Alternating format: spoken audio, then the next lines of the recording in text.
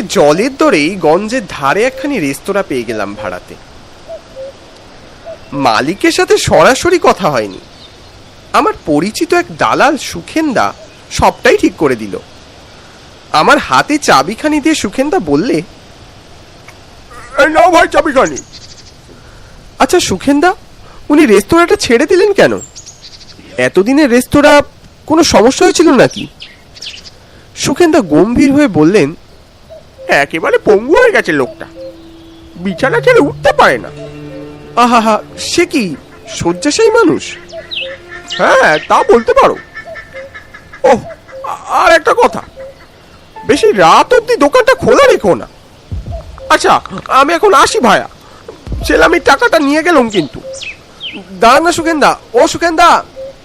না ভায়া, সময় নেই, আবার একটা পার্টির গাড়ি দিতে হবে, চললুম। সুখেন্দা হন্তদন্ত হয়ে সে জায়গা ছেড়ে চলে গেল। আমি বন্ধ হবার রেস্তোরাঁর সামনে গিয়ে দাঁড়ালাম। জায়গাটা বেশ মনোরম, আশপাশে ধান ক্ষেত, আবার কিছুটা গেলেই একটা নদী। এই গ্রাম বাংলার অপূর্ব চিত্র আর কি কোথাও গেলে পাওয়া যাবে? এই গাঁগঞ্জে এরকম একটা ছোট রেস্তোরাঁ খোলা আমার বহুদিনের শখ। ঘরের বাইরে থেকেই বোঝা যাচ্ছিল ভিতরের বেহাল দশার কথা। আগাছায় ভরে গেছে দরজার সামনে, দেওয়ালে শ্যাওলার আস্তরণ পড়েছে, দেওয়ালের গা বেয়ে বট অসত্যের চারা উকি দিচ্ছে। তবে যতই হোক, জায়গাটা বেশ ছিমছাম। কিছুদিন পর একটু রং টং চুনকাম করে নিলেই ব্যাস, ব্যবসাটা ভালোই দাঁড়িয়ে যাবে মনে হয়। সহসা নজরে এলো দেওয়ালের গায়ে ঝুলছে পুরনো সাইনবোর্ডটা। আবছা নামটা চোখে পড়ল, শরৎ কেবিন। বাহ, নামটা তো খাসা। দাদা, ও দাদা।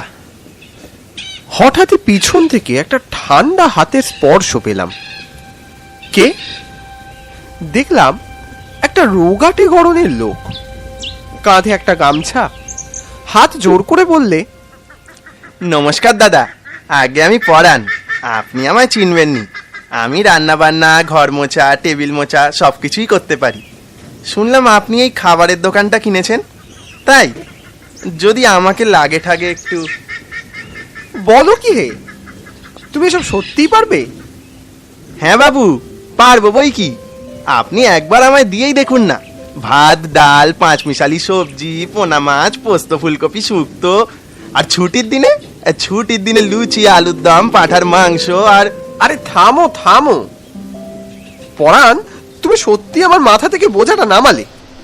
ঠিক আছে, তুমি এক কাজ করো, তুমি বরং দুদিন বাদে আমার সাথে যোগাযোগ করো। পরাণ ভ্রু কুচকে বললে, আবার দুদিন বাদে কেন বাবু? বলেন তো, আমি আজ থেকে কাজ স্টার্ট করে দিই নাকি? চমকে উঠলাম। বলো কি, আজ থেকে? না না না, তা কি করে সম্ভব? জিনিসপত্র কেনা নেই, মাল মশলা কেনা নেই, আগে সেসবের বন্দোবস্ত হোক। ঠিক সেই মুহূর্তে একটা বজ্রপাতের শব্দ। আকাশে কখন কালো মেঘ করেছে বুঝতে পারিনি। এরই মধ্যে কয়েক ফোঁটা বৃষ্টি আমার গায়ে এসে পড়ল, আর মুহূর্তে শুরু হয়ে গেল মুষলধারে বৃষ্টি। বৃষ্টিটাকে এক্ষুনি শুরু হতে হলো। পরাণ, আমার সাথে ভিতরে এসো দেখি। শক্ত তালাটা খুলে দোকান ঘরের ভিতরে ঢুকলাম। আসো আসো আসো। ঢুকে চমকে উঠলাম। বাইরে থেকে যেমনটা ভেবেছিলাম, শরৎ কেবিনের ভিতরটা একেবারেই তেমন নয়। মেঝে দেখে মনে হলো এই ঘর প্রতিদিন পরিষ্কার করা হয়। কোথাও এক ফোঁটা ঝুলের চিহ্ন অবধি খুঁজে পেলাম না। এ কি গো পরাণ, আমি যা ভেবেছিলাম এখন যা দেখছি তাতে তো আকাশ পাতাল তফাৎ। পরাণ কোনো কথা বললে না, একবার হাসলো, তারপর রান্নাঘরের দিকে দৌড় দিল। বাবু, বাবু এদিকে আসেন একবার, দেখেন কি কাণ্ড। কি হলো? ওই দেখেন বাবু। তাকিয়ে দেখতেই নিজের চোখকে যেন বিশ্বাস করতে পারলাম না। বড় বড় ড্রাম ডেচকি ভরা চাল, ডাল, সবজি, কিছুই বাকি নেই। এইসব কি গো পরাণ?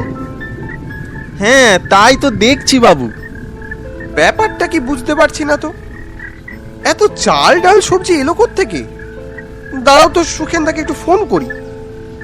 সুখেন্দার ফোন বেশ কিছুক্ষণ বেজে গেল, কোনো সাড়া এলো না ওপাশ থেকে। পরাণ বললে, হ্যাঁ দাদা বাবু, এসব যা কিছু সবই ওপরবেলার কেপা, বুঝলেন। আমি বরং একটা কাজ করি, চাল ডাল দিয়ে খিচুড়ি বসিয়ে দিই, বুঝলেন। তার সাথে গরম গরম বেগুনি আর একখানি সবজির তরকারি।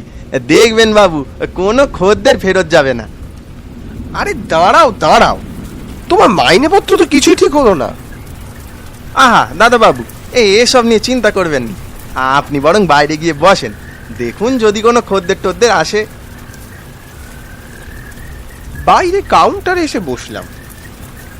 এখনো আকাশ ভেঙে বৃষ্টি হয়েই চলেছে। রান্নাঘর থেকে ঠুংঠাং শব্দ শুনে বুঝলাম পরাণ কাজে হাত লাগিয়েছে। বৃষ্টির ঠান্ডা হাওয়ায় চোখটা যেন জুড়িয়ে এলো।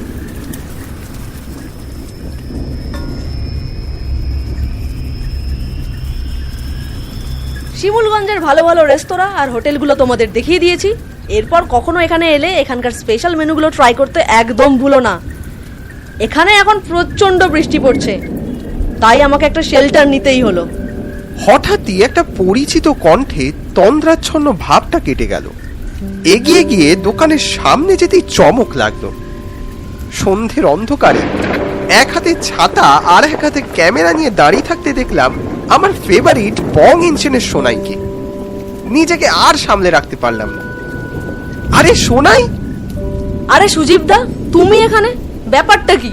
এখানে খাবার দাবার খেতে এসেছো নাকি? না না, হলো না। যদি বলি আমি এখানে একটা খাবারের ব্যবসা শুরু করেছি, রেস্তোরাঁ। মানে এখানে? বলছোটা কি? দারুণ ব্যাপার তো। তাহলে এই রেস্তোরাঁ তোমার? বলতে পারো। আসো আসো, ভিতরে এসো। সব কথা কি এখানে দাঁড়িয়ে বলবে নাকি? আরে না না, চলো চলো ভিতরে চলো। ঘরের ভিতরে ঢুকতেই সোনাইকে দেখলাম কেমন যেন একটা অস্বস্তি বোধ করছে। কি হয়েছে সোনাই? কিছু সমস্যা? আচ্ছা সুজীব দা, এই ঘরটাই কেমন একটা যেন গুমট গুমট ভাব না? যেন কেমন একটা গন্ধ বেরোচ্ছে। গন্ধ? কোথায়? ও, ভিতরে খিচুড়ি রান্না হচ্ছে, তারই গন্ধ বেরোচ্ছে। আর বলো না, এই গ্রামে তো আমার আদি বাড়ি। তা অনেকদিন থেকে একটা ইচ্ছে ছিল ব্যবসা করার। কিছুদিন আগে আমার পরিচিত সুখেন্দার সাথে দেখা, ওই আমাকে একটা জায়গার ব্যবস্থা করে দিল, বুঝলে। তারপর কপালের ফের, আজই হাতে চাবি পেলুম। ও তাই বলি, ভূতের গল্প লেখা ছেড়ে তুমি এখানে কেন?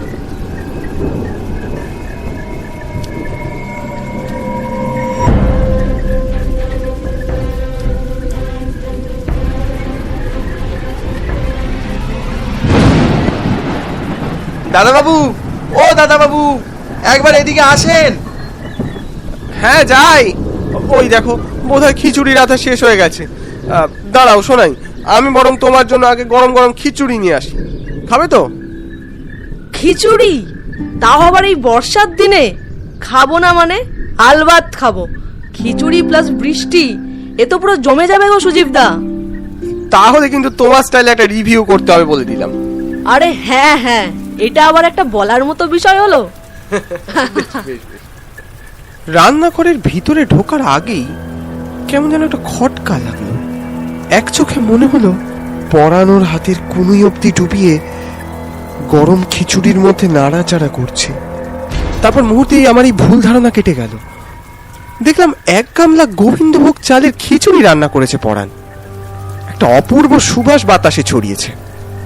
পাশে রাখা লম্বা লম্বা সাইজের বেগুনি। পরাণ আমার হাতে এক থালা খিচুড়ি, বেগুনি, আলুর দম, ডিম ভাজা আর একটা মাছ ভাজা এগিয়ে দিল।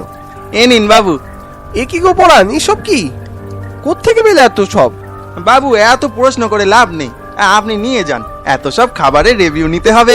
যান যান, তাড়াতাড়ি যান। রিভিউ? পরাণ, তুমি সত্যি পারো বটে। বাইরে যেতেই দেখলাম সোনাই ওর স্বভাব সিদ্ধ ভঙ্গিতে ভিডিও শুট শুরু করেছে। আর যারা যারা আমাকে চেনো না তাদের জন্য বলে দিই, আমি শোনাই, তোমরা দেখছো Bong insane. Welcome to my channel, খাও বস, খেয়ে বাঁচো। আর এই দেখো আমার সাথে কে আছে, জীবন্ত অ্যানিমেশনের সুজীব দা। আর আমার হাতে আছে সোনাইয়ের জন্য শরৎ কেবিনের স্পেশাল বৃষ্টি দিনের মেনু, গরম গরম খিচুড়ি আর নানান পদ। এখন তুমি খেয়ে বলো তো সোনাই, কেমন হয়েছে? আহা, গরম গরম খিচুড়ি, তার সাথে ইলিশ মাছ ভাজা। এই নাও, খিচুড়ি আর ইলিশ দিয়ে ইনসেন্ট বাইটটা একবার হয়ে যাক। হ্যাঁ, নিশ্চয়ই। খিচুড়ি আর ইলিশ মাছটা মুখে তুলতেই ওর মুখটা কেমন যেন পানসে হয়ে গেল। ক্যামেরাটাকে নামিয়ে আমার দিকে ফিরে বলল, সুজিবদা, কি ব্যাপার বলো তো? খিচুড়িটা থেকে তো কোনো স্বাদ গন্ধ কিছুই পাচ্ছি না, কেমন যেন টেস্টলেস। আমি তো আর ভুল রিভিউ দিতে পারবো না সুজিবদা। আর ইলিশ মাছটা থেকে যেন কেমন একটা পচা মাছের মতো গন্ধ বেরাচ্ছে। কি দিয়েছো বলো তো এতে? এই রে, তা তো আমি বলতে পারবো না। দাঁড়াও, যে রেঁধেছে তাকে বরং ডাকি। পরাণ, পরাণ, একবার এদিকে শোনো তো ভাই। হ্যাঁ বাবু, যাই। পরাণ রান্নাঘর থেকে বেরিয়ে সশরীরে এসে দাঁড়ালো। শোনাই, ইনি রেঁধেছেন। সুজিবদা, তুমি কার কথা বলছো? এখানে তো কেউ নেই। অবাক হলাম, দেখলাম পরাণ এক দৃষ্টিতে ওর দিকে তাকিয়ে আছে, কিন্তু কথা বলছে না। আমি সত্যি বলছি সুজিবদা, ওখানে কেউ নেই। কি হলো পরাণ, তুমি কিছু বলো। দেখলাম পরাণের চোখ দুটো লাল হয়ে গেছে। ওকে বলুন এই শরৎ কেবিন কোনোদিন খারাপ খাবার বানায়নি, আর বানাবেও না। যা খুশি বানিয়ে বললেই হলো নাকি? সেসব তো ঠিক আছে, কিন্তু ও যে বলছে তোমাকে নাকি ও দেখতে পাচ্ছে না। ওদিক দিয়ে শোনায় বলে উঠলো, এই সুজিবদা, তুমি কার সাথে কথা বলছো? আর এই দেখো, খিচুড়িটাই কেমন একটা শ্যাতলা পড়ে যাচ্ছে, কেমন একটা বিচ্ছিরি পচা গন্ধ বেরোচ্ছে। তুমি পাচ্ছ না? এবার আমিও সত্যি সত্যি দেখলাম খিচুড়িটা কেমন যেন বিবর্ণ হয়ে গেল, আর ওপরে পোকা মাকড়, মাকড়সার জাল। এইসব কি পরাণ? এইসব কি? এ খাবার তো সত্যি খারাপ। না, শরৎ কেবিনে কোনো খারাপ খাবার পাওয়া যায় না দাদা বাবু। না জেনে মিছিমিছি বদনাম করবেন নে। এ আমার বাবার নিজের হাতে গড়া দোকান, আর আপনারা কিনা বলছেন খাবার খারাপ। এ যে ঘোর অন্যায়। কি কি বলছো? কি কে কে তোমার বাবা? কেন, দোকানের সামনে যে বড় বড় করে সাইনবোর্ডে নাম লেখা দেখতে পাননি? নেহাত আমার দাদাটা একটু কুলাঙ্গার, নইলে আজ আমাদের এই অবস্থা হতো। কথা বলতে বলতে ওর চেহারাটা যেন পরিবর্তন হতে শুরু করলো। ভয়ঙ্কর রকমের বিকৃত চেহারা পরাণের। এবার সোনাইও পরাণের অস্তিত্ব টের পেয়ে বলে উঠলো, সুজিবদা, আমার মনে হচ্ছে এখানে কিছু ঠিক নেই। এক্ষুনি চলো এখান থেকে, আর এক মুহূর্ত নয়। হ্যাঁ, এখান থেকে কোথায় যাবে দাদা বাবু? এ খাবার না খেয়ে যে তোমাদের কোথাও যাওয়া হবে নি।